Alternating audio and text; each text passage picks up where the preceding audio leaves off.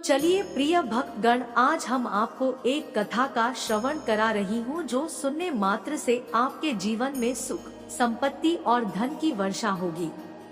तो चलिए कथा को प्रारंभ करते हैं। एक बार की बात है जब माता पार्वती और भगवान शिव कैलाश पर्वत पर बैठे हुए थे। आप इतनी भगवान शिव की साधना करते हैं, इतनी तपस्या करते हैं, क्या आप मुझे ऐसा कोई मार्ग दिखा सकते हैं?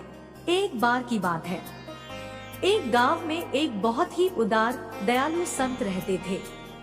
एक दिन उसके पास एक बहुत ही लाचार और दुखी व्यक्ति आया और बोला, हे गुरुदेव, मैं अपने जीवन से बहुत ही दुखी हूँ। मैं चाहता हूँ कि मेरा परिवार खुश रहे, पर मैं उनके लिए कुछ अच्छा करने में असमर्थ हूँ। मैं उन्हें 2 वक्त का खाना तक नहीं खिला सकता और ना ही मैं अपनी इच्छा के लिए कुछ कर पा रहा हूँ। कभी कभी मेरे मन में ऐसे ख्याल आते हैं कि मैं खुद को खत्म कर दूं। हे गुरुदेव, आप इतनी भगवान शिव की साधना करते हैं, इतनी तपस्या करते हैं, क्या आप मुझे ऐसा कोई मार्ग दिखा सकते हैं? क्योंकि मेरा बहुत बुरा समय चल रहा है, मैं बहुत ज्यादा संकट में है। 2 वक्त की रोटी का भी इंतजाम करना मेरे लिए बहुत ही मुश्किल हो गया, और अब आप ही बताइए गुरुदेव कि ऐसे समय में मैं जिंदा रहूं तो कैसे रहूं और कैसे अपना परिवार चलाऊं, कैसे उन्हें खुश रखूं और मैं अपनी कठिनाइयों से बाहर निकल सकूं। हे गुरुदेव, कृपया करके मुझे कोई साधारण सा तरीका बताने की कृपया करें ताकि मैं आसानी से समझ सकूं। क्योंकि गुरुदेव, मैं पढ़ा लिखा नहीं हूँ। अगर आप बड़ी बड़ी बातें करेंगे तो मुझे समझ में नहीं आएगा। इसे सुनकर वह संत मुस्कुराते हुए कहते हैं कि क्या तुम मेरा एक काम कर सकते हो? यह सुनकर उस व्यक्ति ने कहा कि बिल्कुल गुरुदेव, आप मुझे बताइए कि क्या काम करना है।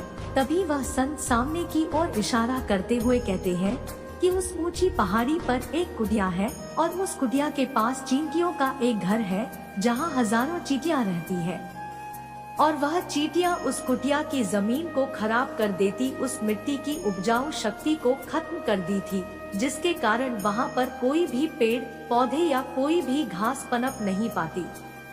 तुम मेरा यह काम करो, उसके बाद मैं तुम्हें तुम्हारे सवालों का जवाब दूंगा। तुम्हें 7 दिन तक रोज उस पहाड़ी पर जाना है और उन चींटियों के घर को तोड़कर तहस नहस कर देना। कुटिया के आसपास जब भी तुम्हें कोई चींटियों का घर दिखे तो उसे वहीं पर तोड़ देना, लेकिन याद रखना कि घर को तोड़ने में कोई भी चींटी मरनी नहीं चाहिए।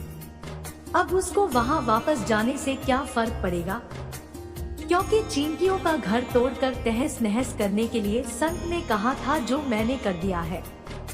लेकिन फिर उसने सोचा और अगले दिन फिर वहां जाने का निश्चय किया और अगले दिन सुबह उठकर वहां पहुंच गया।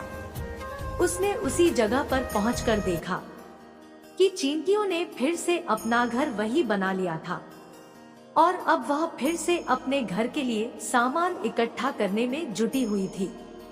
उस आदमी को देखकर लगा कि ये चींटियां कितनी मूर्ख है। इनको पता है कि कल ही इनका घर इसी जगह पर तबाह किया गया था और फिर उसी जगह पर इन्होंने अपना नया घर बना लिया। यह सोचकर वो आदमी हंसने लगा, लेकिन फिर से संत की बात याद करते हुए उसने उन चींटियों का घर फिर से तबाह करना शुरू कर दिया।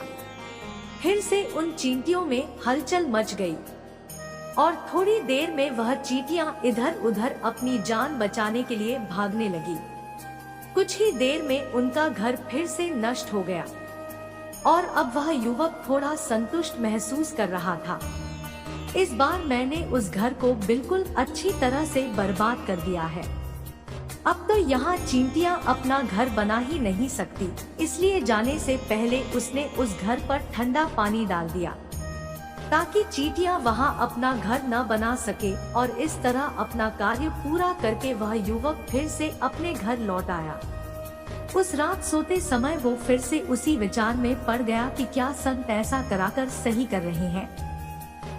क्या किसी का घर तबाह करना किसी संत को शोभा देता है? क्या होगा अगर वह संत सिद्ध पुरुष हो ही ना, क्या होगा अगर वह मुझे बेवकूफ बना रहे हो। लेकिन फिर उसने निश्चय किया,